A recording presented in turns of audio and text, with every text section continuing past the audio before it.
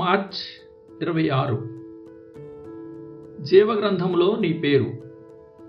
అపవాది యొక్క ఆధిపత్యం కేవలం స్థలము మరియు కాలానికే పరిమితం కాలేదు. వాడు ఎవరిని పాలించవచ్చనే విషయంలో కూడా దేవుడు హద్దులు నిర్ణయించాడు. సాతాను ఈ భూమికి మాత్రమే పరిమితం చేయబడినప్పుడు పరలోకపు తండ్రి నిన్ను నిరంతరం గమనిస్తున్నాడని నీవు నమ్మవచ్చు. అపవాది యోబు ఆస్తిపాస్తులను లాక్కొని అతన్ని తాత్కాలికంగా అనాథను చేశాడు. కానీ పరలోకంలో ఉన్న దేవుడు యోబు ఖాతాను తిరిగి నింపాడు. ఒక పరిశుద్ధునిగా నీకు అదనపు భద్రత ఉంది. పరలోక పౌరునిగా నీకున్న విశ్వాసం అనే పెట్టుబడి మరియు నీ స్వాస్థ్యపు దస్తావేజులు, ఇవి నీ ప్రస్తుతానికి భవిష్యత్తుకు గొప్ప భరోసా.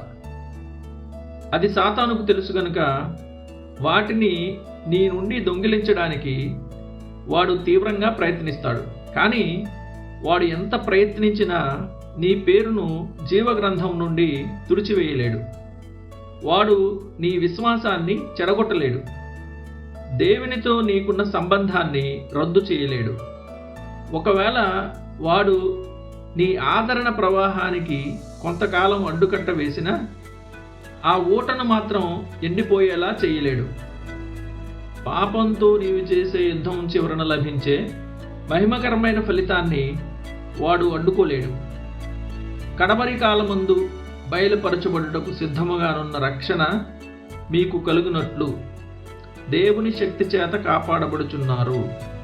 పేతురు రాసిన మొదటి పత్రిక 1:5 అని చెప్పబడినట్లు దేవుడు వాటన్నిటినీ తన కిరీటపు నగల మధ్య సాతానుకు అందనంత ఎత్తులో భద్రపరుస్తాడు.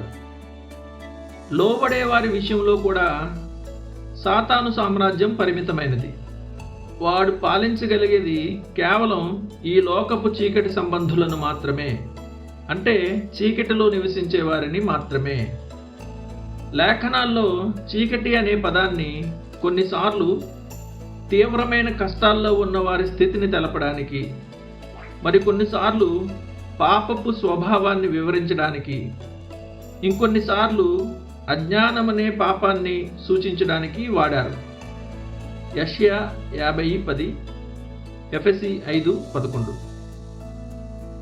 ఇది తరచుగా రాత్రి చీకటితో లేదా అంధత్వంతో పోల్చబడింది. ఈ అంశాన్ని సరిగ్గా అర్థం చేసుకోవడానికి మనం చీకటిని 2 విధాలుగా చూడవచ్చు. మొదటిది సాధారణంగా పాపమనే అంధకారం, రెండవది ప్రత్యేకంగా అజ్ఞానమనే అంధకారం. మనం ముందుకు వెళ్లే ముందు ఈ తేడాను గమనించండి.